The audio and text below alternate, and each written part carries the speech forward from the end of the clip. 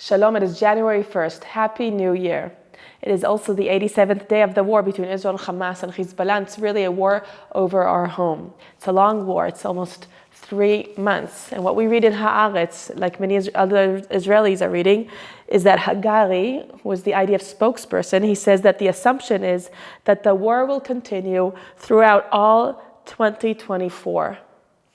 Not such great news. It also says that the IDF has begun to dilute forces in the Gaza Strip. Here is a photo of one of the refugee camps. Those little boxes here and squares are tents.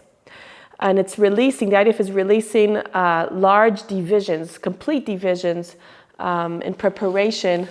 It's kind of decreasing the intensity of the war in Gaza. But still, the war is going to continue. Yediot Achronot. We see here, Happy New Year, and it says, while in the world they're celebrating, in Israel they're only hoping for a good year ahead, a better year ahead. In the main headline we read, Milchemet Hayam, the sea war, the war of the sea. And it reads that while in Israel it's escalating in the northern border of Israel, the West is going out to direct combat in the sea with the Houthi rebels. Britain with America are getting ready for a significant attack. In the picture, we see the Galaxy leader that was attacked by the Houthi rebels. And down here, we read about the heroes. It says that fell in battle, Li'av Sa'ada and Eliraz Gabay. Down here, it's not directly related to the war, but it says that the year is beginning with an increase in price. The prices of fuel in Israel increased at midnight. Midnight is also when there was a series of rockets shot from Gaza to Tel Aviv and Sderot, a series of about 20 rockets, so many, right as the so-called celebrations of the New Year began. How is it that they still have the means to do that? I don't know. Here it reads, Hachazit Hayamit, the front in the ocean front. There's a dramatic battle in the Red Sea when American helicopters drowned Houthi rebel small ships that tried to take over a larger ship that was owned by the Danish government. And if this is the sea front, here's the northern front, meaning the north part of Israel with Lebanon. And it reads that this deputy of Nasrallah is the head of Hezbollah in the north, terror organization. It says that Israel cannot bring back Israelis to the north, because Israel is attempting to bring back Israelis to the north. There's so many evacuees from the north, from Gaza, and Israel is trying to bring back those evacuees back to their homes. But this deputy, Nasrallah's deputy, is saying there's no way. We're in the middle of battle. You cannot bring back Israelis back to their homes, and the battle will stop only when you stop fighting Gaza. And it reads that while there are some international diplomatic efforts or attempts to bring peace between Lebanon or Hezbollah and Israel, meanwhile, the Israeli Air Force is continuing to attack terror villages, villages that are used for terror, where Hezbollah is using the civilians there as a human shield. This sounds familiar with Hamas in Gaza. Here are the heroes that will not return. Eliraz Gabay, 37 years old, from Petah Tikva, and he says he was expecting the birth of his firstborn son when he fell. Here's Li'av Sa'ada, 23 years old, from Tiberias, and his mother says that your good eyes right now will be, accompanying us throughout our lives. And it reads, he fell in the northern part of the Gaza Strip. This article is about the commander, elite force commander that saved with his soldiers Nachal Oz, one of the hard-hit kibbutz surrounding Gaza. And since then, they're in battle in Gaza, and his wife is taking care of 3 children at home, supporting him completely, and also embracing the families of the soldiers that fell under his command in battle. A lot of women are supporting so many husbands that are in Gaza and in the northern border fighting, and they're at home doing a great amount of work while supporting them. And down here there's a small article that I found interesting. I'll share it with you.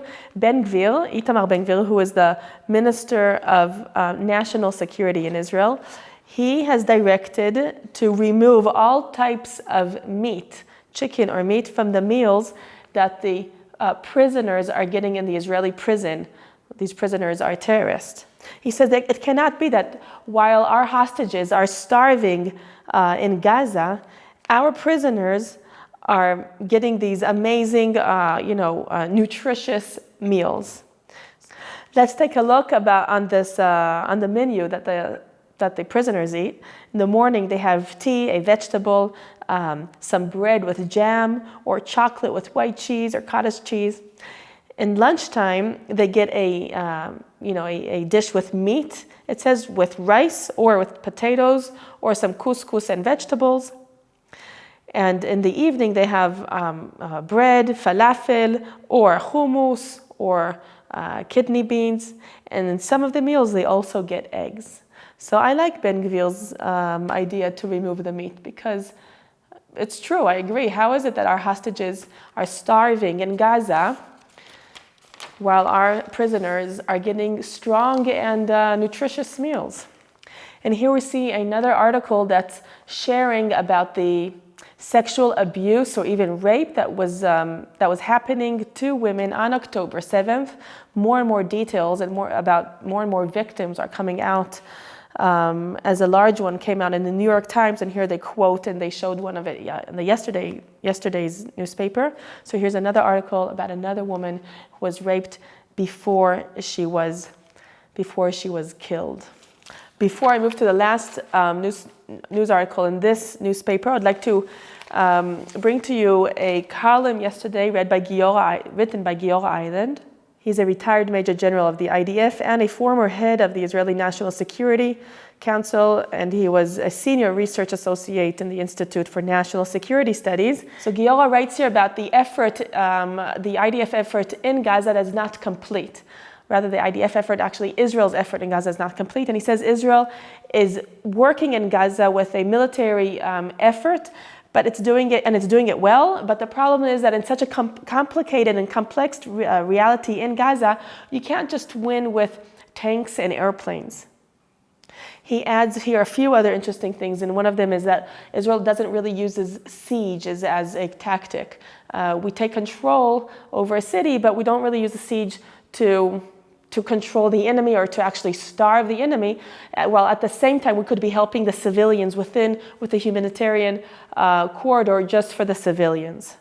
He adds here that Israel needs to demilitarize Gaza, and only then, if Gaza is allowing itself to demilitarize, to take away heavy weapons, only then Israel will allow itself to rehabilitate or restore Gaza. He says if there's no demilitarization of Gaza, there's no interest at all for Israel, no motivation to restore the Gaza Strip. He says we're actually not fighting Hamas organization, we're actually fighting the Gaza country.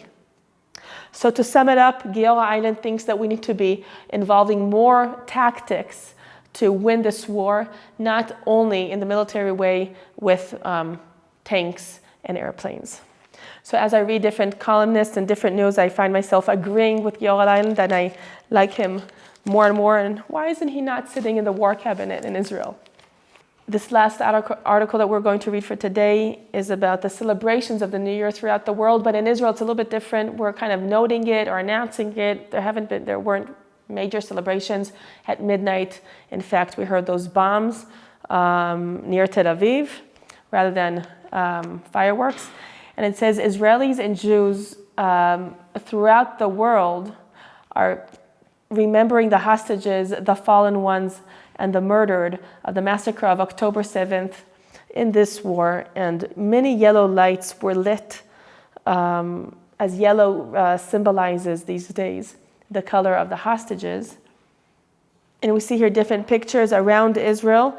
They're lightly celebrating the new year while remembering the ones who are lost and murdered.